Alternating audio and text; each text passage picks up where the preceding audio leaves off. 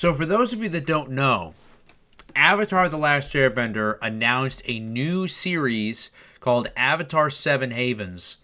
And a lot of people wanted me to make a video on it, but the biggest thing about me making a video is that I never saw Kora. So I saw Roundtable here released a video talking about Seven Havens. So I'm hoping that in this video, I will find out a little bit about Legend of Korra and what happens. Hopefully nothing too spoilery, because maybe I guess I do want to check it out eventually, but if I do get spoiled, that's my own fault. But yeah, let's check this out. I want to know all there is to know about Avatar 7 Havens. Is set in a world shattered by a devastating cataclysm. A young earthbender discovers she's the new Avatar after Korra. But in this dangerous era, that title marks her as humanity's destroyer, not its savior. Hunted by both human and spirit enemies, she and her long-lost twin must uncover their mysterious origins and save the Seven Havens before civilization's last strongholds collapse. This is the premise for the brand new Avatar series. Interesting. That sounds awesome. Doesn't really elaborate on the main character. Nickelodeon oddly didn't provide any art despite the fact we know it's in production. A lot of the discussion around this announcement has been centered around Korra, being one of the most divisive main characters of all time. You have Korra haters and defenders alike coming together to say it's over for Korra. Korra's stocks are down. The haters have been vindicated. Or she did nothing wrong and humanity had it coming. But we'll truthfully, see. I need to check it out for myself. Way too many people are taking the synopsis at face value, overlooking the clear meta-narrative with Korra's stained legacy. I mean, come on. The Avatar crew is well aware that she's the most divisive Avatar in the franchise.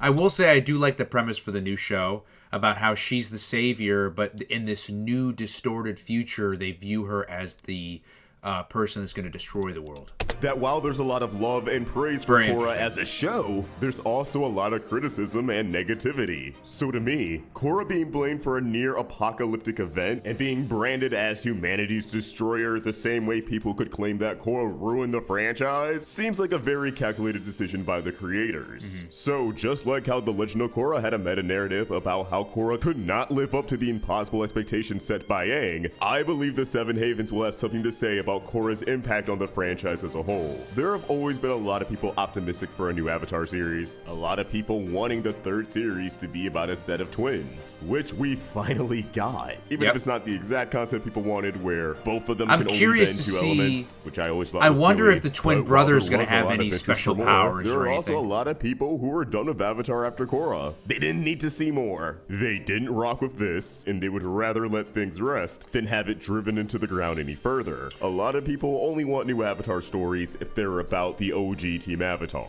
Yeah, because I remember they announced that there was going to be an Avatar room specifically designated to creating new Avatar stories, and I thought that they were going to do the original Avatar team. Or maybe something said in the past, and they think that the idea of going forward with a new Avatar is a bad one. And this has been the case before Avatar even blew up on Netflix 5 years ago. So when I see that the Avatar is universally hated in Seven Havens, it doesn't take much for me to connect the dots and see what they're trying to say here. Right. There are a lot of Korra defenders who think, nah, they're just gonna throw Korra under the bus. There's a fair amount of Korra fans who felt as if the character was done dirty in the last season. Thus, they don't have any faith that Korra will be done justice in this new one. The legacy of the Avatar getting misconstrued as time passes is a pretty common theme in the franchise. Lest we forget the episode Avatar Day and how the residents of Chin Village despise Kyoshi for killing their leader Chin the Great, only for Team Avatar to investigate, realize that the story didn't add up, and Kyoshi once again takes over Aang's body, uncovered Chin's tyranny, and reveals that when she separated the peninsula from the mainland, Chin ultimately fell to his death, although it wasn't as cut and dry as Kyoshi killed him. Bro more or less did it to himself. I've also seen people address that complicated legacies is a common theme in the Chronicles of Avatar novels. Yeah, because I heard that they made novels and also, or let's comics be real, people in the universe were on Korra's ass the entire series. Her making a tough call to prevent a world-ending event and still being portrayed in a terrible light by the people she saved is just par for the course. I really don't see any world where at least by the end of the second season, Korra isn't vindicated as the truth comes to light, especially once the new Avatar taps into the Avatar state and gets a chance to converse with her. And only her. But yes, whatever Kora did, I'm sure once we have the full story, her defenders will be on top, and her haters will probably just shrug their shoulders and go, well, she's still a bitch.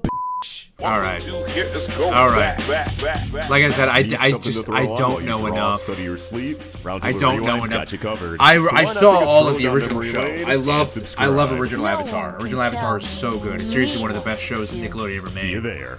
But I just did not watch really any of Kora. Let's actually talk about this new series and the new Avatar. So far, the series has been picked up for 26 half-hour episodes over 2 seasons. Okay. So basically, seasons are the same length as The Legend of Korra. So it already got picked up as 2 seasons. Which, honestly, I'm just relieved it wasn't a 20-episode pickup with 10 episodes per season. That's what I kind of assumed we were going to get, as 20-episode pickups have become the standard over 26. But this has me pretty optimistic for the pacing, especially since, unlike Korra, which was just supposed to be 1 season and then kept going, the team is able to conceive a long-running story from the jump here. I'm sure there's actually an end goal in mind. Even if the Korra storyline wraps up at the end of season 2, I imagine the story will still have a lot to tackle. Also, hot take, but I really dig the idea of the 7 Havens. I know for a lot of people, Republic City was already a step too far, and I get the desire to stick to just 4 nations, but I think I vastly prefer Avatar being a franchise where each show has its own identity, not just in the protagonist, but the actual world. And I think 7 Havens is in a really good spot, where these Havens could be a blend of what we've seen before and something new. For example, depending on the damage of this cataclysmic event, some Havens may be more advanced, having access to more resources, and thus they might be a bit more modernized, or at least as modern as the world got before catastrophe struck. But some Havens could be set back by quite a few years. Harkening back to the atmosphere of the original Last Airbender, I'm also really excited to see how these Havens are governed. Is it all under one leadership? Are the leaders of the former 4 nations working together now? Or is it just a state of free-for-all? I do think Republic City being kind of this anchor in Korra sucked a lot of the adventure feeling out of it. You didn't get to peek into the day-to life of somebody who lives in the Earth Kingdom or Fire Nation or Water Tribe like you did with The Last Airbender. A lot of the major players were tied to capitalism and the government. Like Varric pretty much being Avatar's Tony Stark, Kuvira being a military leader, Amon and the Red Lotus being I do know about Amon a little bit. I do know a little bit about Amon. Part of why they were so great was that you had an airbender, a firebender, a waterbender, and an earthbender. And they are a result of the 100-Year War. Aesthetically and narratively, they feel much more in line with The Last Airbender than most of Legend of Korra. And as for our main characters, I'm really excited to see this twin dynamic, because imagine finding out your long-lost relative is the Avatar. Like, sure, a lot of people might hate them, but they immediately have more aura than I ever could. I'm excited to see if there will be any feelings of related to resentment or jealousy, or if the sibling will be sympathetic because no one asked to be the Avatar.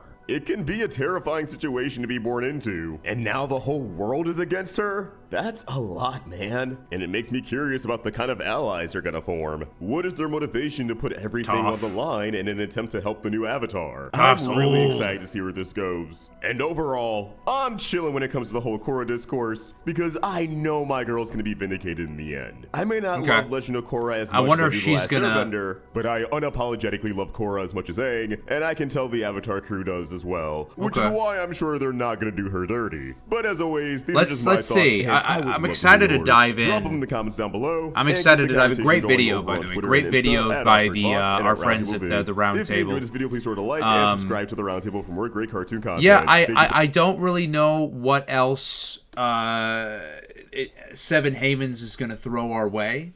It could potentially throw a lot of things our way, but I really do think that I think so long as they're able to capture what really made the original Avatar series great, since even though Korra, I haven't seen it, but whether it's good, whether it's not good, it's definitely something that was polarizing, and I think that they know that and they understand that. So long as they're able to try to navigate that narrow area and try to make a happy medium, I think it'll be okay. I think it's all going to be okay. But great video. I'm going to link it down in the description for everyone to check out. Everyone make sure you go sub to the Round Table. Everyone go make sure you go like their video. But as always, guys, what do you guys think about the new Avatar series? Leave your comments down below in the description box. And as always, I'll see you guys in the next video. Bye. Thanks so much to Matt Ponton, Advanced Hell, Ryan Wilkins, and Kame Sennin for all becoming members. If you would also like to become a member, on my channel there exists multiple different tier levels, and you can pick out which one is best for you.